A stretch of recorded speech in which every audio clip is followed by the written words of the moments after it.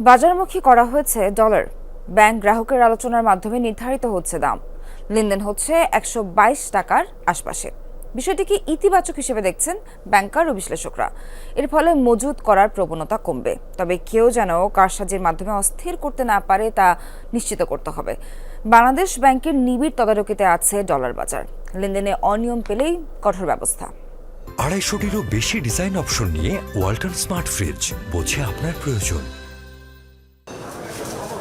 2.5 বছরের বেশি সময় ধরে অস্থির ডলার বাজার। নিয়ন্ত্রণে নানা উদ্যোগ নিয়েছে বাংলাদেশ ব্যাংক। দাম নির্ধারণের দায়িত্ব ছেড়ে দেওয়া হয় ব্যাংকগুলোর উপর। তাতেও কাজ না হওয়ায় চালু করা হয় কলিং পেক। এরপরও নিয়ন্ত্রণে আসেনি দাম। আইএমএফের পরামর্শে এবার বাজারমুখী করা হয়েছে ডলার। ব্যাংক গ্রাহক আলোচনার ভিত্তিতেই নির্ধারিত হচ্ছে দাম।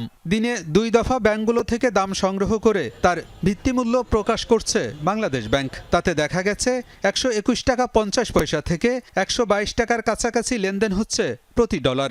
দাম নির্ধারণের এ পদ্ধতিকে ইতিবাচক হিসেবে দেখছেন ব্যাংকাররা। This is the best.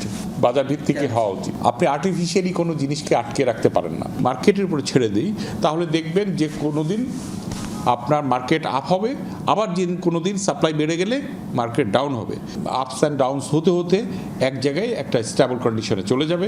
বিশ্লেষকরা বলছেন, ডলারের বিনিময় ব্যবস্থা বাজারের উপর ছেড়ে দিয়ে সঠিক সিদ্ধান্ত নিয়েছে বাংলাদেশ ব্যাংক। তবে এ সুযোগ কাজে লাগিয়ে কেউ যেন বাজারকে অস্থির করতে না পারে তাও নিশ্চিত করতে হবে। বাজারের উপরে ছেড়ে দিলে তো নিয়ন্ত্রণটা বাজারের হাতে চলে যায়। তখন তো আপনার নিয়ন্ত্রণটা হচ্ছে তখন কেউ যাতে ম্যানিপুলেশন না করে, কারণ বাজারের উপর ছেড়ে দেওয়ার অর্থই তো কেউ কেউ মার্কেটকে ডিস্টোর্ট করতে পারে। তো ওইটা যদি ঠিকমতো নিয়ন্ত্রণ করতে পারেন বা ঠিকমতো দেখাশোনা করতে পারেন, তাহলে তো বাজার বাজারের মতোই চলবে, তাই না? তার ডিমান্ড সাপ্লাই অনুযায়ী আপনার চলবে।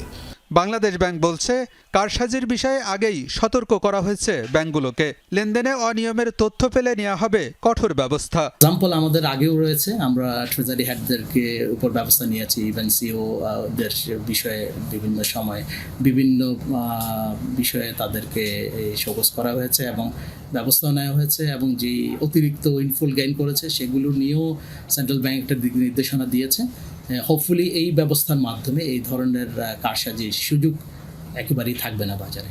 ডলার বাজারমুখী করা হলেও খোলা বাজারে দামের উপর বড় কোনো প্রভাব পড়েনি। নগদ ডলার লেনদেন হচ্ছে 125 টাকার আশেপাশে। আলমগীর হোসেন, যমুনা নিউজ, ঢাকা।